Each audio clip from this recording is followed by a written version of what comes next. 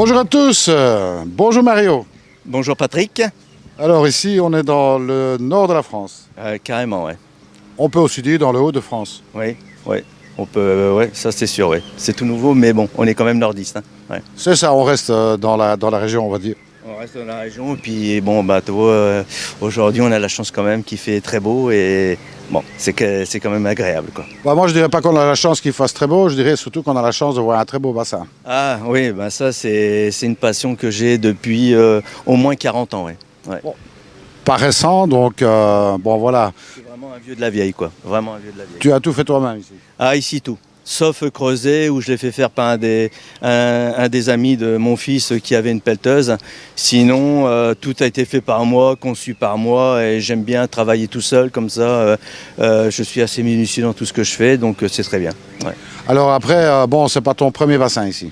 Non, je dois être au moins à mon 20e bassin avec ceux que j'ai fait à l'extérieur, oui. Au moins 20 bassins, oui, au moins. Ouais, d'accord, mais enfin je veux dire, ici, Ouais. présent dans ce jardin-ci, c'est pas le premier. Non, c'est pas le premier, c'est le deuxième. Le premier faisait beaucoup plus long, hein, il faisait à peu près 17 mètres, 18 mètres de long. Il allait jusqu'au bout du jardin, mais c'était beaucoup de travail pour nettoyer. Et je m'étais aperçu que, en fait, je voulais que la première partie, là où qu'on était, il n'y avait que 90 cm de profondeur, et puis dans le fond, il y avait 1,50 m. Et les poissons, bah, ils passaient leur vie là où il y avait 1,50 m et jamais à côté de chez moi. Et donc j'ai dit un jour, il faut que je prends mon courage à deux mains, parce qu'il fallait vraiment du courage à deux mains, hein, parce qu'il fallait quand même tout démonter, le décor, ça c'était autre chose.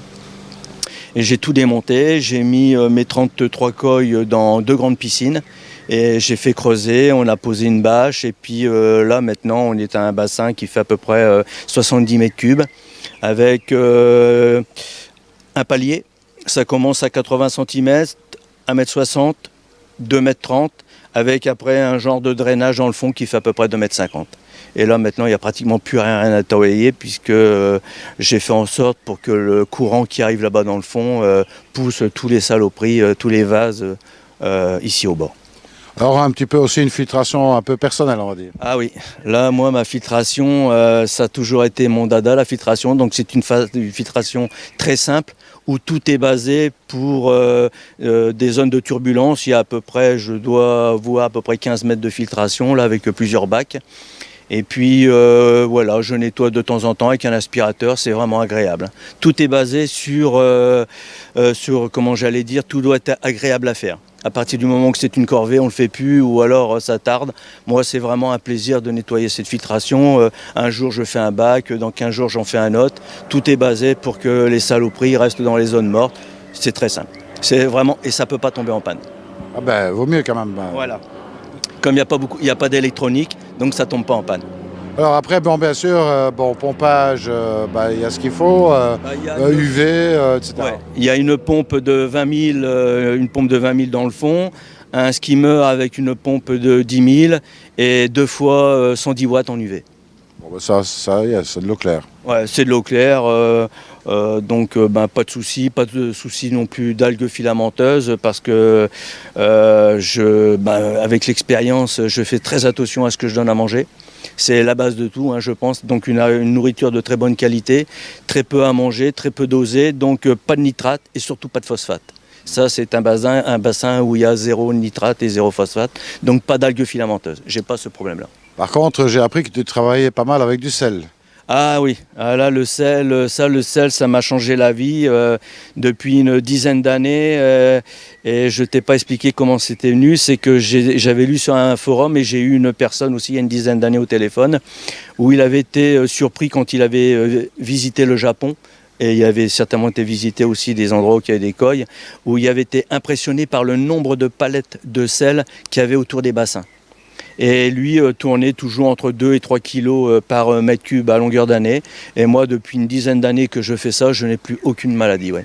Surtout en plus, les problèmes qu'on avait surtout, c'était mars-avril, quand il arrive le printemps, où j'avais ce genre de maladie, où les poissons, ils attrapaient un genre de mousse ou d'algues filamenteuses collées sur eux. Là, depuis que j'utilise le sel à 2 kilos par mètre cube, je n'ai plus aucun problème. Alors bon, moi j'ai quand même précisé quelque chose, et c'est important, tu seras d'accord avec moi de toute façon. Hein, ce qui est important, c'est surtout de connaître la teneur en sel au départ, de connaître le volume bien sûr du bassin, parce que bon, sans quoi c'est pas possible de dimensionner les choses correctement, de connaître la teneur en sel de départ pour faire le complément de sel, je dirais. Voilà. Et il faut, en fait, il faut faire comme moi, il faut acheter un appareil électronique et vous n'avez aucun problème puisque là, c'est vraiment très, très, très précis et en permanence. Donc, je sais que là, ben, tu as vu, on a fait un test devant toi. Je suis actuellement à 1,9 kg au mètre cube. Alors bon, maintenant, on a cherché pas mal de temps après ces fameux appareils. Ouais. Et alors, tu m'as donné le truc de la mort, de l'enfer qui tue. Ouais. Donc en fait, il y a moyen de se procurer facilement ces appareils-là chez les piscinistes. Voilà, ici on a un magasin, enfin un marchand de piscine, là, et cet appareil, je l'ai depuis au moins 8 ans, cet appareil. Donc il n'est pas tout neuf et il marche bien. Il n'y a pas d'étalonnage offert et c'est fait au point de départ et on n'est pas embêté. Bon, c'est un genre de gros bic, on va dire. C'est facile, on pousse sur un bouton, on l'allume, on le met dans l'eau et puis voilà. Et on a vraiment, c'est vraiment très très très précis, ouais.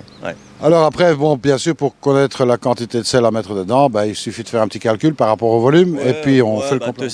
En fait, tu sais, sur des volumes qui sont aussi gros, si tu as mis 25 kg en plus ou 25 kg en moins, on ne peut pas dire que ça change grand-chose. Surtout qu'ici, il y a quand même beaucoup de changements d'eau. Voilà, ça il faut le dire aussi. Ça c'est important quand même. Ah oui, oui, surtout beaucoup de changements d'eau et les erreurs que je faisais donc il y a très très très longtemps, c'est que j'essayais toujours d'utiliser de l'eau de pluie pour faire des économies et ça c'est pas bon en fait. Ici ça ne tourne que pratiquement, mis à part la pluie qui tombe dans l'eau, mais ça tourne qu'avec de l'eau du robinet. C'est ça. Bon, toi qui as maintenant quand même un petit peu des heures de vol, on va dire comme ça, je peux dire qu'on est presque frères là, à ce niveau-là. On a presque le même âge. Ah ouais, déjà, serment. Bon, si tu devrais donner des conseils à un débutant, qu'est-ce que tu leur dirais?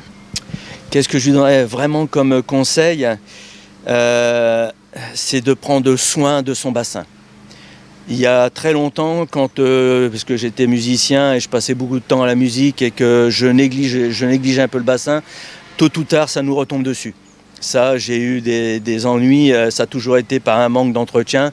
Et là, avec une attention de tous les jours, avec un produit de bonne qualité, surtout au niveau de la nourriture, et surtout ne pas donner trop à manger. Je pense que tout est basé là-dessus. Il faut faire très très très attention à ce genre de choses, parce que très vite le bassin, enfin je le sais par expérience, parce que beaucoup de gens viennent me voir, le gros problème c'est souvent les algues filamenteuses qui poussent à outrance, mais quand je vais voir leur bassin, ils donnent toujours trop à manger. Et ça, je dirais, c'est apprendre à donner à manger.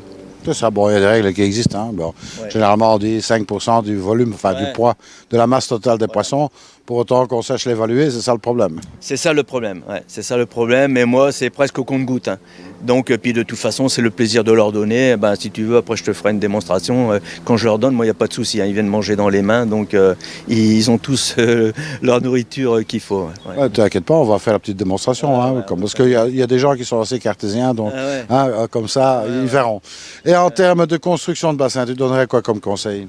Alors, je donnerais vraiment comme conseil un bassin profond. Le jour où je suis passé sur un bassin profond, le jour même, pas le lendemain ni 15 jours après, le jour même où quand je les ai mis d'un bassin qui faisait à peu près 90 cm là, devant un bassin qui faisait 2,30 m, ils sont venus manger dans mes mains. Ce sont quand même des poissons que j'ai depuis 20 ans. Ils n'étaient jamais venus dans mes mains, ils étaient toujours très craintifs. Le jour où j'ai passé avec un bassin très profond, ils sont venus dans mes mains, ils n'ont plus du tout le même comportement. Et ça, le jour même où je les ai mis.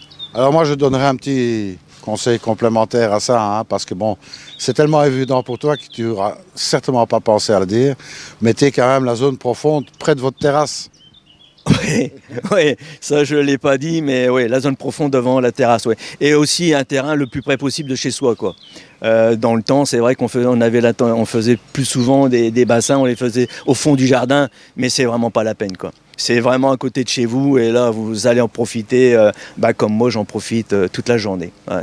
Exactement. Alors bon, toi, tu as un fournisseur qui n'est pas trop loin, tu as de la chance. Ouais, j'en ai même deux, ça c'est sûr, et on n'a aucun... voilà, ils sont...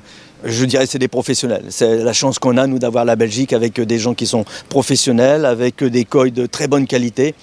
et de très bons conseils. Ça, Moi, je vais quand même remercier Fournier parce que bon, Ouais. Fournier, c'est grâce à lui que je suis chez toi oui, et que c'est un réel plaisir de venir voir ce qui Voilà. se passe chez toi. Je lui avais fait voir une fois ma vidéo et ça l'avait marqué de voir ce bassin et puis te voir, c'est arrivé comme ça, quoi.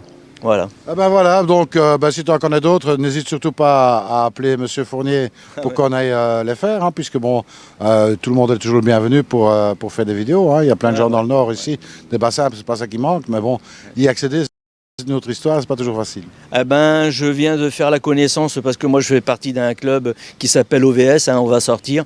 Et hier donc j'étais fait une marche de 17 km avec des personnes et je suis tombé sur une personne qui a une amie qui habite ici pas très loin, que j'ai contacté moi ce matin, qui a un très grand bassin avec un jardin japonais et qu'elle fait des démonstrations, elle fait des réunions, on peut aller boire du thé, tout ça. J'ai pris contact avec cette personne et ça tombe bien parce que justement elle me disait qu'elle avait pas mal de problèmes avec ses couilles et je vais aller les voir.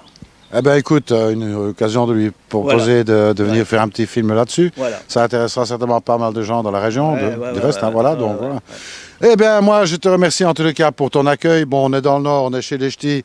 Moi, je suis presque à la maison, hein, on va dire. On est vraiment très proches, les Ch'tis et les Belges. Donc, je remercie pour ton accueil chaleureux. Et puis, je remercie surtout le ciel de ne pas nous avoir tombé sur la tête.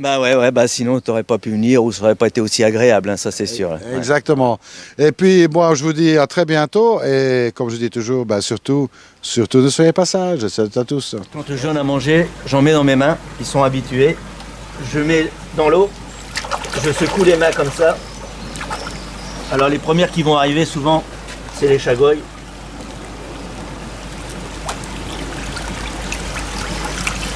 Allez. Sauf aujourd'hui. Ah, ils vont arriver. Ils vont arriver. Non, ils vont arriver.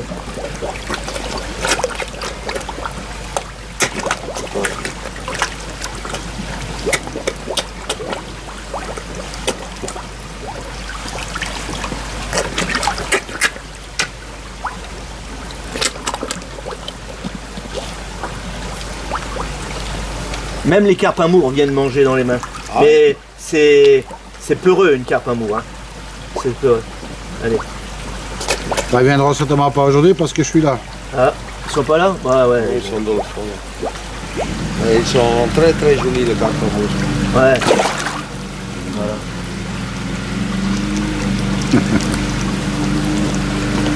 Les carpes amour, ils savent, hein. Ils se mettent à la surface, ils attendent. Ouais. Et ils me voient, je leur jette à manger. Mais directement à eux parce qu'ils sont peureux. Mais là tu vas voir, même les... Allez, viens. Allez.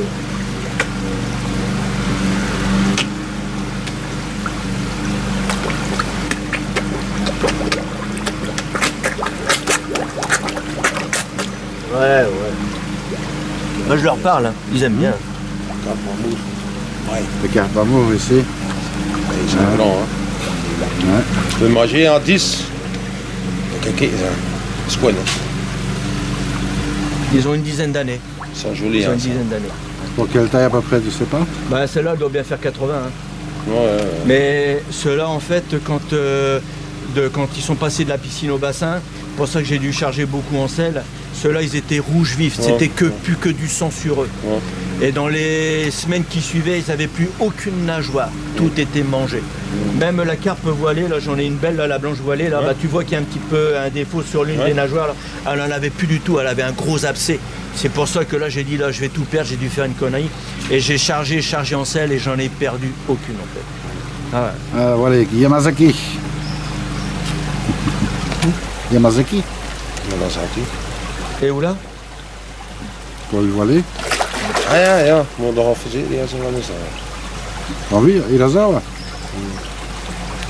Quand ils voilés, c'est en Israël ou Japon? C'est quel âge? 7 ans. Je pense que ça va être Israël. Ouais, peut-être.